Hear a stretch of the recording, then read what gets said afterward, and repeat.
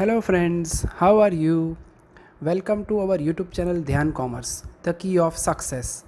Please like, subscribe, share and press bell icon for notifications. Thank you. जय माता जी dear students, welcome to online lecture of Dhyan Commerce. Standard 11 के online lecture में बच्चों आपका स्वागत है। एलिमेंट्स ऑफ अकाउंट सब्जेक्ट के अंदर बच्चों पहला टॉपिक हमने स्टार्ट किया है अकाउंटिंग एंड इट्स टर्मिनोलॉजी, जिसके अंदर बच्चों लेक्चर 5 में आज टर्मिनोलॉजी के बाद कुछ लॉन्ग क्वेश्चन हम देखेंगे। बच्चों टर्मिनोलॉजी फिनिश कर दी है। लॉन्ग क्वेश्चन बच्चों एग्जाम में कम आता है, पर अकाउंटिंग का बेस समझने के लिए बच्चों बहुत इंपॉर्टेंट है। तो नेक्स्ट स्लाइड में हम अकाउंटिंग एंड इट्स टर्मिनोलॉजी से जुड़े हुए लॉन्ग क्वेश्चन समझेंगे। जय माता जी dear students, welcome back to online lecture of Dhyan Commerce. बच्चों आपका स्वागत है 11 कॉमर्स के अंदर। बच्चों एलिमेंट्स ऑफ अकाउंट सब्जेक्ट में फर्स्ट टॉपिक हमने स्टार्ट किया है अकाउंटिंग एंड इट्स टर्मिनोलॉजी, जिसके अंदर बच्चों अकाउंटिंग का मीनिंग, कॉमर्स से रिलेटेड ओवरव्यू और उसके बाद बच्चों सारी टर्मिनोलॉजी कंप्लीट करने के बाद कुछ आज लॉन्ग क्वेश्चन समझाने जा रहा हूं बच्चों। वो मात्र आपको अकाउंट को समझने में मदद करेंगे बच्चों। लॉन्ग क्वेश्चंस आपके फर्स्ट टॉपिक में से एग्जाम में आने वाले नहीं है बच्चों, क्योंकि फर्स्ट टॉपिक का वेटेज मात्र 4 मार्क्स है। चलो बच्चों कुछ लॉन्ग क्वेश्चन देखते हैं। सबसे पहला पॉइंट है बच्चों, कई बार शॉर्ट नोट में पूछा जाता है accounting is a language of business. जैसे बच्चों घर में हमें किसी से भी बात करनी हो, सपोज हम गुजरात में हैं तो गुजराती लैंग्वेज, तो वो कैसे सीखते हो? तो मम्मी पापा कुटुंब के जो भी सभ्य है आपको लैंग्वेज सिखाते हैं बच्चों। सपोज आपकी लैंग्वेज गुजराती हो और महाराष्ट्र का कोई मराठी लैंग्वेज का हो बच्चों, या तमिल लैंग्वेज का हो, तो दोनों एक दूसरे के साथ बात करेंगे तो समझ पाएंगे? इम्पॉसिबल। तो जैसे बच्चों कोई भी लैंग्वेज समझने के लिए उसका ग्रामर, उसका बेसिस, उसका नॉलेज होना चाहिए, या किसी के पास से एक्सपीरियंस लेना पड़ता है बच्चों, जिसके आधार पर आप लैंग्वेज सीखते हो। वैसे ही बच्चों बिजनेस के अंदर जो अकाउंटिंग का प्रोसेस, अकाउंटिंग का वर्क है, वो बिजनेस की लैंग्वेज है। बिजनेस ने ड्यूरिंग देयर क्या क्या प्रोग्रेस किया, बिजनेस की कोई भी इंफॉर्मेशन बच्चों सामने वाली पार्टी को या पर्सन को समझाना हो बच्चों, तो अकाउंटिंग एक लैंग्वेज के तौर पे मदद करता है। तो ऐसा कह सकते हैं बच्चों अकाउंटिंग एक लैंग्वेज है जिसके अंदर पर्टिकुलर रूल्स रेगुलेशन और टर्मिनोलॉजी यूज करके अकाउंट समझा जाता है। इसीलिए बच्चों आपने देखा कि बहुत सारी टर्मिनोलॉजी मैंने आपको समझाई। जैसे बच्चों आप देख सकते हो नॉर्मल लैंग्वेज में गुजराती में वाटर को पानी बोलते हैं, हाँ, हिंदी में जल बोलते हैं, इंग्लिश में वाटर बोलते हैं, तो तीनों का मीनिंग एक होता है, पर उसके लिए बच्चों वोकैबुलरी का नॉलेज हो जाए। वैसे ही बच्चों अकाउंटिंग की लैंग्वेज का एक वर्ड मैं आपको समझाऊं तो आपको समझ आ जाएगा, दैट इज कॉल्ड ड्राइंग्स। अब ड्राइंग्स वर्ड्स बच्चों आप देख रहे हो, जनरली ड्राइंग का मीनिंग होता है पिक्चर ड्रॉ करना, पेंटिंग करना, पर अकाउंटेंसी की भाषा में बच्चों अकाउंट की लैंग्वेज में इसे बोला जाता है विड्रॉ। जब बिजनेस का ऑनर बिजनेस के अंदर से पर्सनल यूज के लिए कोई भी गुड्स, कैश या फिर कोई असेट्स टेक ओवर करे बच्चों, तो दैट इज कॉल्ड ड्राइंग्स। तो ऐसा कह सकते हैं बच्चों बिजनेस की लैंग्वेज के अंदर ड्राइंग का मीनिंग अलग हो रहा है। इसीलिए बच्चों आगे जो भी आपके लेक्चर्स पढ़े उसमें मैंने अलग अलग terminology, receivables, payable, liability, assets, income, expenditure, तो ये सारी टर्मिनोलॉजी क्यों समझाई बच्चों? जिससे आप अकाउंटिंग एज अ लैंग्वेज समझ सको बच्चों। जब तक आपके पास अकाउंटिंग का टर्मिनोलॉजी का नॉलेज नहीं होगा बच्चों, उसे आप समझ नहीं पाओगे। तो ऐसा कह सकते हो बच्चों particular rules regulation and principle का यूज करके बच्चों अकाउंट लिखा जाता है। That is why accounting is a language of business. Business ने प्रॉफिट किया कि लॉस किया, वो अगर आपको समझना हो तो अकाउंटिंग लैंग्वेज का अगर आपके पास नॉलेज हो तो आप कह सकते हो। ठीक है, नेक्स्ट वर्ड है बच्चों अकाउंटिंग साइंस और एज एन आर्ट। तो अकाउंटिंग बच्चों कैसे साइंस है? तो हमें पता होगा साइंस के अंदर कोई भी इन्वेंशन होता है बच्चों तो उसे एविडेंस और प्रूफ के आधार पे पास किया जाता है। जैसे बच्चों ग्रेविटी का रूल्स न्यूटन का, हाँ, ऊपर कुछ भी डालोगे तो नीचे गिरेगा, आपको पता है, तो उसके पीछे ग्रेविटी का रूल्स अप्लाई होता है। हाँ, सीजन वाइज बारिश होती है बच्चों, तो बारिश के पीछे एटमॉस्फेयर अप्लाई होता है। तो साइंस के अंदर बच्चों जैसे ग्रेविटी का रूल्स अप्लाई होता है, वैसे ही अकाउंटिंग के अंदर बच्चों अकाउंटिंग के rules regulation and procedure human body, human being ने बनाए हुए हैं।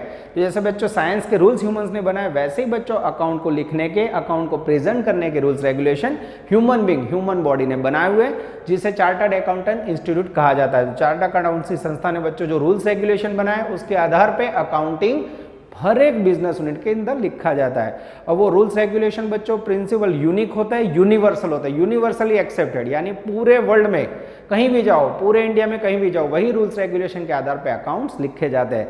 तो यूनिवर्सल रूल्स रेगुलेशन यूज करके अकाउंटिंग लिखा जाता है, that is why it is known as a science. कोई पर्टिकुलर पर्सन का पर्सनल ओपिनियन बच्चों अकाउंट पे इफेक्ट नहीं करता। तो एक ऐसा कह सकते हैं बच्चों इसके ऊपर से, अकाउंट इज अ साइंस। उसके बाद है बच्चों आर्ट। अब आर्ट के अंदर बच्चों जैसे मैं एग्जांपल दूं, सपोज आप पियानो या स्विमिंग सीखना चाहते हो बच्चों, ठीक है। अब पियानो सीखने के लिए और स्विमिंग सीखने के लिए मैं आपको मात्र थियरी उसकी समझा दो और थियरिकल नोट दे दो और बोलो अब आप पियानो बजाओ और स्विमिंग कर दो, कर पाओगे? नहीं बच्चों। तो स्विमिंग करना, पियानो बजाना एक आर्ट है बच्चों, एक कला है। वैसे ही बच्चों अकाउंट को लिखने के लिए भी पर्सन के पास उसका particular knowledge, procedure, rules regulation skilled होनी चाहिए। अगर वो पर्सन के पास नॉलेज नहीं हुआ बच्चों, अकाउंटिंग टर्मिनोलॉजी पता नहीं हुई, उसको प्रोसीजर नहीं पता हुई, तो वो अकाउंटिंग लिख नहीं सकता है। तो जैसे बच्चों स्विमिंग और पियानो सीखने के लिए थियोरेटिकल नॉलेज के बाद प्रैक्टिकली स्विमिंग पूल में जाना पड़ता है, पियानो प्रैक्टिकली बजाना सीखना पड़ता है, वैसे ही बच्चों अकाउंटिंग का टर्मिनोलॉजी जो बेस आपको ये चैप्टर में मैंने सिखाया वो समझने के बाद, अलग अलग टॉपिक थियोरेटिकल पार्ट समझने के बाद प्रैक्टिकली कोई बिजनेस यूनिट के अकाउंट्स आपको लिखना आना चाहिए। तो ऐसा कह सकते हैं बच्चों अकाउंटिंग एक साइंस है, as well as it is known as a art, एक कला भी है जिसके आधार पर अकाउंट लिखा जाता है। तो ये दोनों पॉइंट को बच्चों मैं जो भी मैंने एक्सप्लेन किया उसको मैं डिस्क्रिप्शन के अंदर नीचे पीडीएफ कॉपी में रख दूंगा, वहां से आप उसे नोट डाउन कर सकते हो। उसके बाद बच्चों आगे हमने फर्स्ट लेक्चर में कैरेक्टरिस्टिक्स पढ़े थे, इसके अंदर है ऑब्जेक्टिव्स ऑफ अकाउंटिंग। अकाउंट्स का मेन मकसद क्या है, पर्पस क्या है, क्यों अकाउंट्स लिखा जाता है बच्चों। तो ये मात्र एमसीक्यू में शॉर्ट क्वेश्चन में आ सकता है बच्चों, इतने लंबे क्वेश्चन आपके सिलेबस में नहीं है, फिर भी बच्चों बेसिक थियरी आपको अकाउंट की समझ आए इसलिए मैं लेने जा रहा हूँ। सबसे पहले बच्चों परमानेंट रिकॉर्ड्स। अकाउंट्स के अंदर बच्चों जो भी ट्रांजेक्शन हम रिकॉर्ड करते हैं वो एविडेंस के तौर पे परमानेंटली बिजनेस में रहते हैं। बुक कीपिंग, अकाउंट्स का मीनिंग है बुक कीपिंग, तो बुक में लिखा जाता है बच्चों। वो सालों साल आपको 5 साल पहले बिजनेस में आपने कितना सेल किया था, कितना प्रॉफिट हुआ था, कितना लॉस हुआ था, ढूंढना हो तो वो रिकॉर्ड्स के ऊपर से आपको मिल जाता है। तो अकाउंटिंग का मेन ऑब्जेक्ट है बच्चों परमानेंट रिकॉर्ड। लास्ट 5 साल की बिजनेस की पोजीशन अगर आपको चेक करनी हो तो रिकॉर्ड्स के ऊपर से आप कर सकते हो। सेकंड है बच्चों effect of each transactions. Yes बच्चों, अब ट्रांजेक्शन की इफेक्ट कैसी होती है बच्चों मैं समझा रहा हूँ। ट्रांजेक्शन में कई बार बिजनेस के अंदर कैश ट्रांजेक्शन होते हैं, कई बार क्रेडिट ट्रांजेक्शन होते हैं, कई बार परचेज के ट्रांजेक्शन होते हैं, कई बार सेल के ट्रांजेक्शन होते हैं, कई बार इनकम के ट्रांजेक्शन होते हैं, कई बार एक्सपेंसेस। तो ऐसे अलग अलग ट्रांजेक्शन की इफेक्ट बिजनेस में क्या हुए। सपोज आपने क्रेडिट सेल कस्टमर किए हुए बच्चों, 2 महीने के बाद कस्टमर पैसे देने वाला है पर उसने पैसे नहीं दिए तो बिजनेस को नुकसान हुआ। तो ये ट्रांजेक्शन की इफेक्ट के आधार पर आपको फ्यूचर में कोई ग्राहक को माल बेचना हो उधार में तो आपको सोच के बेचना होगा। तो ये हर एक ट्रांजेक्शन की इफेक्ट बिजनेस में प्रॉफिट बढ़ा रहा है बच्चों, लॉस हो रहा है, वो आपको एनालिसिस करना है। और इस ट्रांजेक्शन की इफेक्ट बच्चों सही में आपको सेकंड चैप्टर से मैं पढ़ाने वाला हूँ। आगे जाते हैं। To know influential factors. अलग अलग फैक्टर्स की बच्चों इफेक्ट बिजनेस के ऊपर क्या होती है वो इसके आधार पे आप समझ सकते हो। जैसे कि मैं बोलूँ बच्चों बिजनेस के लिए सेल्स के लिए अलग अलग मेथड है। तो सेल्स की मेथड में पहला ऑप्शन है ऑनलाइन सेल करना, दूसरा ऑप्शन है डायरेक्ट कस्टमर थ्रू सेल करना, थर्ड एडवर्टाइज करना, फोर्थ शॉप ओपन करके करना। तो ये अलग अलग ऑप्शन में से बच्चों कौन से ऑप्शन की इफेक्ट बिजनेस के ऊपर होती है। सपोज आप डायरेक्ट कस्टमर का कांटेक्ट करते हो तो प्रॉफिट ज्यादा आ रहा है, कस्टमर ज्यादा आ रहा है, तो that is called influential factors affecting sale. तो इस प्रकार से बच्चों मैंने सेल का एग्जांपल दिया है। कोई भी बिजनेस में आप नई ब्रांच खोलो, कोई प्रोडक्ट लॉन्च करो तो उसकी इफेक्ट बच्चों क्या हो रही है, पॉजिटिव इफेक्ट हो रही है नेगेटिव, वो अकाउंटिंग अगर उसको आप लिखोगे तो अकाउंट के आधार पे मिल सकती है। उसके बाद का पॉइंट है बच्चों टैक्स लायबिलिटी। कोई भी बिजनेस में पर्सन हो बच्चों जो भी अर्निंग करता है उसके आधार पर उसको गवर्नमेंट को टैक्स पेमेंट करना होता है। गवर्नमेंट हमें road facility, street light facility, garden facility सब फैसिलिटी देती है बच्चों। कैसे देती है, तो tax is the main income of government. तो अगर हमने अकाउंट लिखे होंगे बच्चों तो हमारे बिजनेस की इनकम और एक्सपेंसेस कितना है, हमें कितना टैक्स गवर्नमेंट को देना है वो हम स्पेसिफाई कर सकते हैं। उसके बाद के 2 पॉइंट है बच्चों to know quantum size of liability and to know size of receivables. तो दोनों वर्ड बच्चों टर्मिनोलॉजी में आ चुके हैं। लायबिलिटी किसे कहोगे, the amount which is to be paid by business in future. जो फ्यूचर में आपको पेमेंट करनी है वो liability. The amount which is to be received in future. तो आपको भविष्य में बच्चों कौन कौन सा पेमेंट करना है, जैसे कर्मचारी को सैलरी देना हो बच्चों, कोई लोन पेमेंट करनी हो, कोई बैंक ओवरड्राफ्ट पेमेंट करना हो, कोई रेंट पेमेंट करना हो, तो कौन कौन सी लायबिलिटी, टोटल लायबिलिटी की अमाउंट कितनी है। सामने बच्चों रिसीवेबल्स, डेटर से कितने पैसे लेने हैं, कोई इनकम फ्यूचर में कब मिलने वाली है। तो बच्चों टोटल लायबिलिटी और रिसीवेबल का अगर आप क्वांटम साइज का अंदाज लगाओगे तो उसके आधार पर बिजनेस का ग्रोथ आपको पता चल जाएगा। तो ये दोनों कब पता चलता है बच्चों, जब उसका अकाउंट रिकॉर्ड्स रखा जाए। तो ये सब बेनिफिट्स है बच्चों, ऑब्जेक्टिव है फॉर रिकॉर्डिंग और राइटिंग अकाउंट। आगे टू मेजर प्रॉफिटेबिलिटी, मेन बच्चों हमें पता है कॉमर्स के अंदर मेन मीनिंग मैंने समझा था, commerce means business and business related activity, और बिजनेस के अंदर क्या होता है बच्चों, प्रॉफिट, ऐसी एक्टिविटी जो प्रॉफिट के लिए की जाती है। तो बिजनेस के प्रॉफिट को मेजर किया जाता है बच्चों। अकाउंट लिखोगे तो आपको पता चलेगा लास्ट ईयर के अकाउंट, करंट ईयर के अकाउंट, प्रॉफिट बढ़ रहा है कि कम हो रहा है। अगर प्रॉफिट कम हो रहा हो तो बच्चों उसके आप एक्शन ले सकते हो प्रॉफिट को करेक्ट और रिवाइज करने के। उसके बाद है बच्चों to know economic status of business. Yes, market में बच्चों बिजनेस की पोजीशन क्या है। कई बार हमारी प्रोडक्ट मार्केट में चल रही है, मार्केट में वो अदर प्रोडक्ट की कंपैरिजन में कंपटीशन में प्रॉफिट अर्न कर रही है कि नहीं कर रही है। तो मार्केट के अंदर इकोनॉमिक स्टेटस बिजनेस का जानना हो बच्चों तो वो प्रोडक्ट थ्रू या अकाउंट थ्रू जान सकते हो। जैसे आप अकाउंट लिखोगे आपको पता चलेगा आपकी प्रोडक्ट टोटल सेल्स और टोटल जो एक्सपेंसेस है उसकी कंपैरिजन में इनकम कम अर्न कर रही है। तो इकोनॉमिक पोजीशन जानने के लिए बच्चों अकाउंट्स लिखने बहुत जरूरी है। अकाउंट का main objective to find out economic financial position. और लास्ट है बच्चों to detect and avoid errors and fraud. तो जनरली बच्चों जब भी अकाउंट लिखे जाते हैं तो बिजनेस के जो भी एम्प्लॉइज होते हैं, मैनेजमेंट्स होता है, वो उसके अंदर कोई भी फ्रॉड या एरर्स नहीं कर सकते, क्योंकि फ्रॉड एरर्स करोगे तुरंत अकाउंट लिखे होंगे बच्चों रिकॉर्ड के अंदर दिख जाएगा। तो अकाउंट लिखने से बच्चों एरर और फ्रॉड्स दूर कर सकते हैं बच्चों, उसे रेक्टिफाई कर सकते हैं। बहुत कम चांसेस है बिजनेस में एरर या फ्रॉड्स हो। तो this is called object of preparing account. तो अकाउंट्स क्यों प्रिपेयर किए जाते हैं बच्चों, तो हर एक ट्रांजेक्शन की इफेक्ट जानने के लिए, इन्फ्लुएंसिंग फैक्टर्स और कोई अदर फैक्टर्स इफेक्ट कर रहे हैं बिजनेस में वो जानने के लिए, बिजनेस की लायबिलिटी, रिसीवेबल्स जानने के लिए, बिजनेस का टैक्स कितना पेमेंट करना है वो जानने के लिए, बिजनेस की profitability, economic position and error and frauds जानने के लिए। This is the main object of accounting. अब सेम बच्चों यही बेस पे उसके एडवांटेज है, तो ऐसा कह सकते हैं बच्चों ऑब्जेक्ट, कैरेक्टरिस्टिक्स, एडवांटेज सब एक ही है। फिर भी बच्चों वीडियो पॉज कीजिए और इसे नोट डाउन कर लीजिए। Dear students, after completing objective of accounting, अब हम लेने जा रहे हैं बच्चों एडवांटेजेस, बेनिफिट्स ऑफ अकाउंटिंग। सबसे पहला बेनिफिट है बच्चों अवेलेबिलिटी ऑफ अकाउंटिंग इंफॉर्मेशन। जब भी बच्चों अकाउंट्स लिखे जाते हैं, रिकॉर्ड्स रखे जाते हैं, तो वो परमानेंटली बिजनेस के पास रहते हैं। आपको लास्ट 4 या 5 साल के बिजनेस के अकाउंट्स के रिकॉर्ड देखने हो बच्चों, ट्रांजैक्शन की इन्फॉर्मेशन लेनी हो तो आप देख सकते हो। तो permanent record accounting information, business को बच्चों लोन लेनी हो, सपोज आपको बैंक में से लोन लेनी हो तो बैंक आपके पास 2 या 3 साल के अकाउंटिंग रिकॉर्ड्स मांगेगा। तो अकाउंटिंग इन्फॉर्मेशन बच्चों आपको हेल्प करेगी to take over loan, business की रेपुटेशन, प्रेस्टीज सब कुछ संभालने में मदद करती है।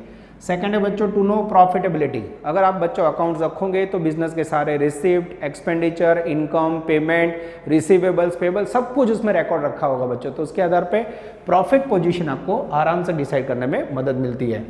उसके बाद है बच्चों फाइनेंशियल स्टेटस।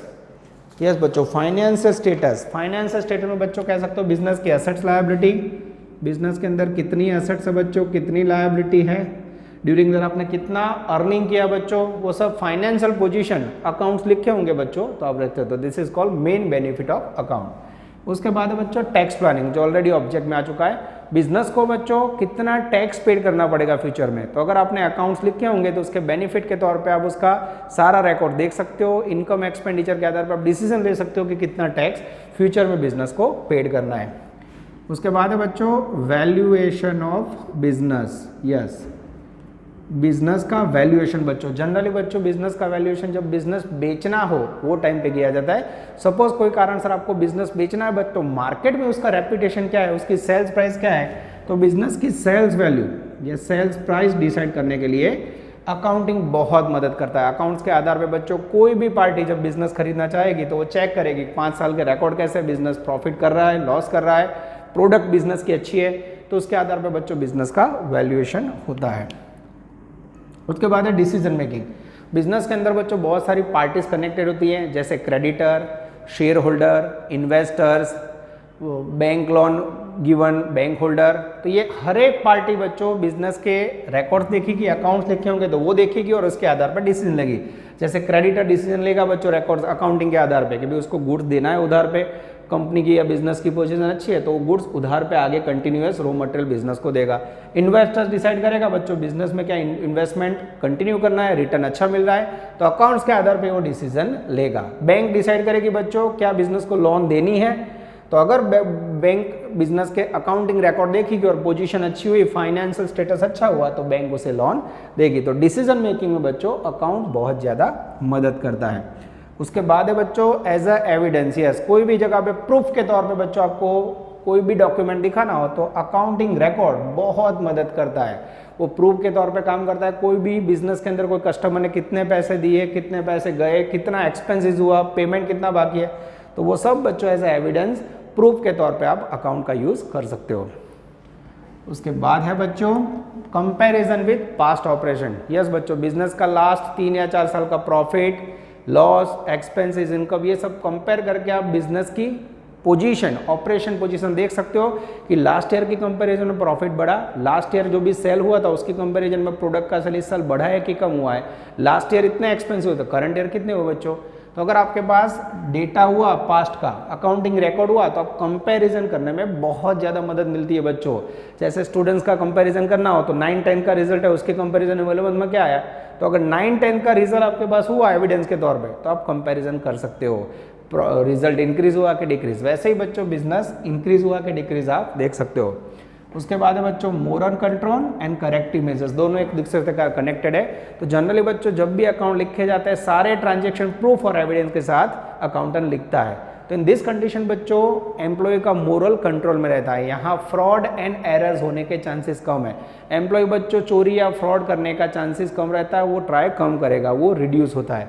तो इन दिस कंडीशन अकाउंट से बच्चों एम्प्लॉय का मोरल कंट्रोल में रहता है। और अगर कोई फ्रॉड या एरर बच्चों सपोज हो गई हो बिजनेस में तो अकाउंट से उसको करेक्ट करके रिवाइज कर सकते हो।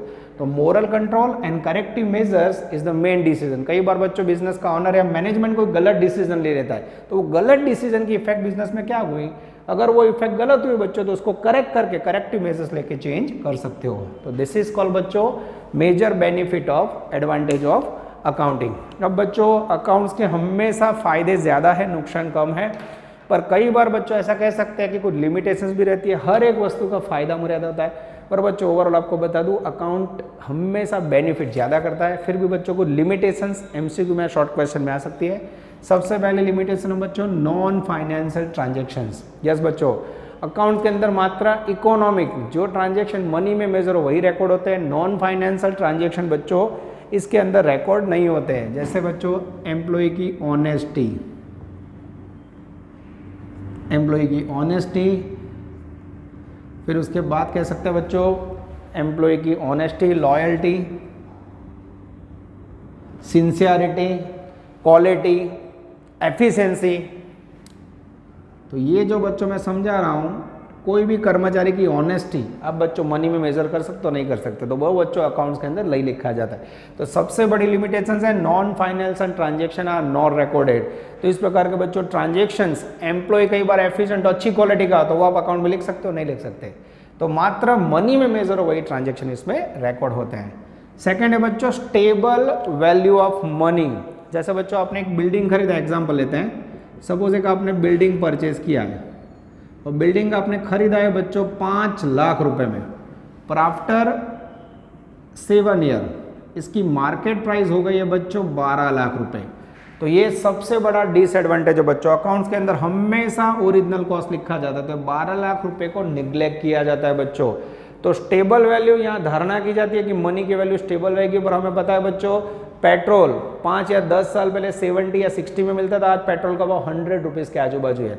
तो मनी स्टेबल रहता है, ये धारणा अकाउंट में की जाती है, तो इसकी लिमिटेशन है बच्चों। आप देख सकते हो बिल्डिंग की प्राइस चेंज हो गई पर भी बिजनेस 5 लाख रुपए से ही अकाउंट में एंट्री करता है। उसके बाद है बच्चों हिस्टोरिकल ट्रांजेक्शन। यस बच्चों ये अकाउंट का लिमिटेशंस है पर सही में ये बेनिफिट भी कह सकते हो। बिजनेस के अंदर कोई भी ट्रांजेक्शन कंप्लीट हो जाए बच्चों फिर उसको अकाउंट्स में रिकॉर्ड किया जाता है। यानी मैंने 5,000 रुपये का माल कोमल बहन को उधार बेचा तो उधार बेचने के बाद उसको अकाउंट में लिखा जाता है, तो it is called historical transactions.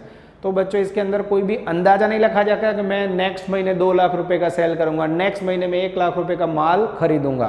तो यहाँ बच्चों एस्टिमेट्स इस प्रकार के ध्यान में ले नहीं जाते। 1 लाख रुपए का माल खरीदा, फिर इसको अकाउंट में रिकॉर्ड किया जाता है। तो accounting is treated as a historical transaction, उसमें हिस्टोरिकल ट्रांजेक्शन पास्ट को रिकॉर्ड किया जाता है। ये बच्चों लिमिटेशन है, पर बहुत ज़्यादा वो लिमिटेशन में नहीं आता, मोस्टली ये बेनिफिट है बच्चों। उसके बाद है बच्चों avoidance of market value. Yes बच्चों, ये पॉइंट कनेक्टेड है स्टेबल वैल्यू ऑफ मनी से। यहाँ बच्चों ये जो बिल्डिंग का एग्जांपल ही कंटिन्यू कर रहे हैं, बिल्डिंग की अभी मार्केट वैल्यू प्रेजेंट में हो गई है, मैं शॉर्ट में भी लिख रहा हूँ 12 लाख। तो यहाँ बच्चों अवॉइड किया जाता है, मार्केट वैल्यू को अवॉइड किया जाता है। अकाउंट्स के अंदर हमेशा ओरिजिनल कॉस्ट या हिस्टोरिकल कॉस्ट ली जाती है बच्चों। जैसे कि बिल्डिंग के बाद 5 लाख, तो सालों साल 5 लाख दिखाई जाती है। अब सोचिए बच्चों, मार्केट में 12 लाख है और अभी आप 5 लाख दिखाओगे तो कई बार अकाउंट्स करेक्ट डेटा आपको नहीं देता है। पर ये बच्चों बहुत लिमिटेशंस है, market value is not consider in account. Next है बच्चों यूज ऑफ एस्टिमेट्स। यहाँ बच्चों कई बार कुछ आइटम्स के अंदर एस्टिमेशंस किया जाता है। जैसे कि बच्चों मैं एग्जांपल दे रहा हूं, बैड डेब्ट रिजर्व। अब बच्चों जब कोई ग्राहक को आप उधार में माल बेचते हो, सपोज आपने एक ग्राहक को 1 लाख रुपए का उधार माल बेचा, अब वो 2 महीने के बाद पैसे देने वाला है, तो यहाँ धारणा की जाती है कि वो ग्राहक आपको बैड डेब्ट रिजर्व 10,000 रुपए नहीं देगा। तो इस प्रकार का एस्टिमेशन किया जाता है। तो कई आइटम्स के अंदर बच्चों अकाउंट में एस्टिमेशन किए जाते हैं। अब ये एस्टिमेशन गलत भी हो सकता है, ऐसा होता है ग्राहक 1 लाख रुपए दे दे आपको। तो use of estimates some items in account it's called limitation of business. बाकी मोस्टली बच्चों इसके अंदर एक्चुअल डेटा ही लिखा जाता है। उसके बाद है बच्चों लास्ट पॉइंट ड्यूअल स्टैंडर्ड।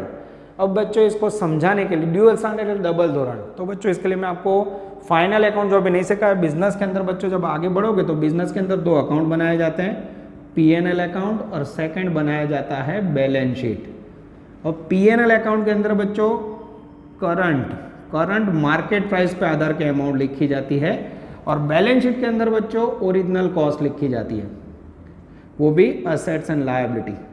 तो यहाँ ऐसा कह सकते हैं बच्चों, यहाँ ड्यूअल स्टैंडर्ड यूज होता है। जैसे बच्चों आपने ये बिल्डिंग का एग्जांपल लिया, तो बैलेंस शीट के अंदर बिल्डिंग लिखी जाती है हमेशा ₹5 लाख ओरिजिनल कॉस्ट, भले फिर वो उसकी वैल्यू 12 लाख हो गई। और प्रॉफिट एंड लॉस में करंट डेटा लिखा जाता है, करंट एक्सपेंस इनकम। जैसे आप वर्कर को अभी करंट में सैलरी दे रहे हो 10,000 रुपए, तो वो करंट मार्केट प्राइस अभी 10,000 है, उसके आधार पे आप सैलरी दोगे, तो ये करंट प्राइस पे। तो यहाँ कह सकते हैं ड्यूअल स्टैंडर्ड, एक जगह पे आप करंट प्राइस ले रहे हो और एक जगह पे ओरिजिनल या बुक वैल्यू ले रहे हो। तो that is called limitations of accounting. पर बच्चों ओवरऑल जो बेनिफिट है अकाउंट का, उसे देखा जाए मेरे ख्याल से तो वो बेनिफिट बच्चों ज़्यादा है। तो मेरे ख्याल से बच्चों accounting advantage is more in comparison with accounting limitations. तो यहाँ बच्चों वीडियो पॉज कीजिए और पॉइंट नोट डाउन कर लीजिए डियर स्टूडेंट्स। उसके बाद लास्ट 2 शॉर्ट क्वेश्चन या लॉन्ग क्वेश्चन कह सकते हैं बच्चों हम देखने जा रहे हैं। एक लॉन्ग क्वेश्चन, एक शॉर्ट क्वेश्चन है बच्चों। Qualitative characteristics of accounting information. Qualitative यानी ऐसे कैरेक्टर्स बच्चों जो यूजर्स को इंफॉर्मेशन समझने में मदद करे बच्चों। सबसे पहला है रिलायबिलिटी। हाँ, क्वालिटेटिव यानी क्वालिटी कैरेक्टर में बच्चों होना चाहिए रिलायबिलिटी। अकाउंट्स बच्चों सही में perfect rules regulation procedure accounts की फॉलो करके बनाए होने चाहिए, जिससे कोई भी यूजर्स उसके ऊपर विश्वास कर पाए बच्चों।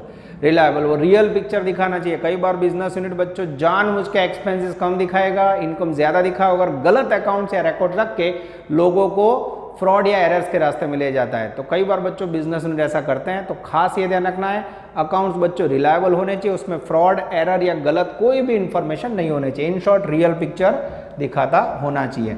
सेकंड है बच्चों रिलेवेंस। यस, रिलेवेंस बच्चों बिजनेस की कोई भी इंफॉर्मेशन बच्चों हो, यूजर्स को पास्ट इंफॉर्मेशन, फिर उसके बाद कह सकते हैं प्रेजेंट और उसके बाद फ्यूचर, ये तीनों प्रकार की इंफॉर्मेशन फाइंड करने में, इंफॉर्मेशन ढूंढने में अकाउंट्स मदद करना चाहिए बच्चों। तो यूजर्स के लिए पास्ट प्रेजेंट फ्यूचर तीनों इंफॉर्मेशन बच्चों अकाउंटिंग थ्रू अच्छी तरह रिलायबल तौर पे मिली होनी चाहिए, जिससे उसको जो भी डिसीजन लेना हो यूजर्स को वो ले पाए। थर्ड है बच्चों अंडर स्टेबिलिटी। जो भी अकाउंट्स या रिकॉर्ड्स लिखे जाते हैं बच्चों, अकाउंट्स की पर्टिकुलर लैंग्वेज होती है। तो जनरली कॉमन पर्सन को बच्चों अकाउंटिंग लैंग्वेज समझ नहीं आती है, तो सबसे पहले बच्चों अंडरस्टेबिलिटी के लिए जो भी अकाउंट लिखे होने चाहिए उसका इंटरप्रिटेशन एक्सप्लेनेशन इजी लैंग्वेज में होना चाहिए, जिससे कॉमन मैन उसे समझ पाए। पर बच्चों इसके लिए कॉमन मैन के पास थोड़ा नॉलेज अकाउंट्स का होना चाहिए। तो अकाउंट्स अंडरस्टेबल होने चाहिए, समझ सके ऐसी सिंपल लैंग्वेज में होने चाहिए। उसके बाद है बच्चों कंपेरेबिलिटी। यस, कोई भी यूजर्स बच्चों जब बिजनेस का अकाउंट देखे तो लास्ट 6 महीने के, लास्ट 6 महीने के और करंट ईयर के 6 महीने, लास्ट 6 महीने और करंट ईयर के प्रेजेंट 6 महीने, दोनों को कंपेयर करके 2 पीरियड में बिजनेस ने प्रॉफिट ज़्यादा कमाया, लॉस ज़्यादा किया है, प्रोडक्टिविटी मार्केट में वैल्यू कैसी है। तो कंपेरेटिबिलिटी के लिए बच्चों बिजनेस के अकाउंट परफेक्ट वे पे लिखे होने चाहिए, अकाउंटिंग प्रोसीजर फॉलो होनी चाहिए। तो ऐसा कह सकते हैं बच्चों, क्वालिटेटिव कैरेक्टर में रिलायबिलिटी, विश्वास पात्र होने चाहिए account, relevance past present future, वो तीनों की इंफॉर्मेशन यूजर को मिल जाए ऐसे होने चाहिए, अंडरस्टेबिलिटी आसान भाषा में यूजर्स को समझ आए बच्चों, और लास्ट में कंपेरेबल, इसको कंपेयर करना हो बच्चों last year, current year, last 6 महीने के 2 पीरियड, तो वो कंपेयर करके डिसीजन ले पाए। तो ये बच्चों कई बार शॉर्ट में 4 मार्क्स में पूछे जाते हैं, तो आपको 4 पॉइंट एक्सप्लेन करने हैं। उसके बाद है बच्चों last point, user of accounting information. आगे बच्चों एडवांटेजेस में आ चुका है, लिमिटेशंस में आ चुका है कि बिजनेस की जो भी अकाउंटिंग इंफॉर्मेशन है बच्चों उसको बहुत सारी पार्टीज यूज करती है। जैसे सबसे पहला है बच्चों मैनेजमेंट। मैनेजमेंट जो भी डिसीजन लेता है बच्चों, सपोज नई ब्रांच ओपन करनी है, कोई प्रोडक्ट लॉन्च करनी है, कोई प्रोडक्ट की सेलिंग प्राइस घटानी है, कॉस्ट कम करनी है, तो कोई भी डिसीजन मैनेजमेंट को लेना हो बच्चों तो अकाउंटिंग इंफॉर्मेशन मदद करती है, उसके आधार पे मैनेजमेंट डिसीजन ले सकता है। उसके बाद है बच्चों सेकंड शेयर होल्डर्स। यस, ये बच्चों कंपनी से रिलेटेड पॉइंट है, अभी आपको इसका ज़्यादा नॉलेज नहीं है, पर जो बिजनेस का तीसरा प्रकार है कंपनी, जिसके अंदर बच्चों पैसों के जो भी रिक्वायरमेंट होती है उसके लिए कंपनी शेयर इश्यू करती है और वो शेयर होल्डर परचेज करता है। तो शेयर होल्डर ये डिसाइड करते हैं अकाउंटिंग के आधार पर कि उन्होंने जो कंपनी में इन्वेस्टमेंट किया वो कंपनी सही में अच्छा काम कर रही है, उनके पैसों का रिटर्न उन्हें सही मिल रहा है, तो वो अकाउंट्स के आधार पर डिसीजन लेते हैं। थर्ड है बच्चों क्रेडिटर्स। यस, जो भी पर्सन बिजनेस को गुड्स क्रेडिट पे सप्लाई करता है बच्चों, मर्चेंट व्यापारी जो गुड्स सप्लाई करता है, रॉ मटेरियल सप्लाई करता है, उसे क्रेडिटर्स कहा जाता है। तो अकाउंटिंग रिकॉर्ड के आधार पर क्रेडिटर्स डिसीजन लेता है बच्चों कि उसने जो भी बिजनेस या कंपनी में गुड्स के पैसे इन्वेस्ट किए बच्चों सही है कि नहीं, उसमें गुड्स कंटिन्यू उधार पे बेचना है कि नहीं या देना है कि नहीं। उसके बाद है बच्चों एम्प्लॉय। यस, कई बार बच्चों अच्छी कंपनी अच्छा बिजनेस हुआ तो उसके अकाउंटिंग रिकॉर्ड के आधार पे बहुत सारे एम्प्लॉयज कर्मचारी उसमें जॉब करने के लिए आ जाते हैं। अगर कंपनी का रेपुटेशन अकाउंटिंग इन्फॉर्मेशन अच्छी हुई तो लोग वो अकाउंटिंग रिकॉर्ड्स देख के कंपनी के अंदर जॉब करने आते हैं। तो एम्प्लॉयज बच्चों बहुत अच्छी क्वालिटी के कंपनी को मिल जाते हैं। उसके बाद है बच्चों टैक्स अथॉरिटी। यस, गवर्नमेंट जो भी रूल्स रेगुलेशन बना रहे बच्चों टैक्स के, वो कंपनी पालन कर रही है कि नहीं, तो गवर्नमेंट का भी बिजनेस के ऊपर ध्यान होता है बच्चों। तो गवर्नमेंट रूल रेगुलेशन का पालन करके बिजनेस टैक्स पेड कर रहा है कि नहीं, तो गवर्नमेंट या अथॉरिटी अकाउंट के रिकॉर्ड के आधार पर टैक्स इंफॉर्मेशन कलेक्ट कर दी है। उसके बाद है बच्चों सबसे पहला कस्टमर। यस, बिजनेस की जो भी प्रोडक्ट है, क्वालिटी है, बिजनेस एवरी ईयर प्रॉफिट कर रही हो, product day by day increase हो रही है बच्चों, तो उसके आधार पर बिजनेस के कस्टमर्स जुड़ेंगे, कस्टमर और बढ़ेंगे बच्चों। अगर बिजनेस लॉस कर रहा हो, प्रोडक्ट अच्छी नहीं हुई, तो कस्टमर निकल जाएंगे। तो कस्टमर को कोई भी डिसीजन लेना हो तो वो अकाउंटिंग इन्फॉर्मेशन के आधार पर ले सकता है।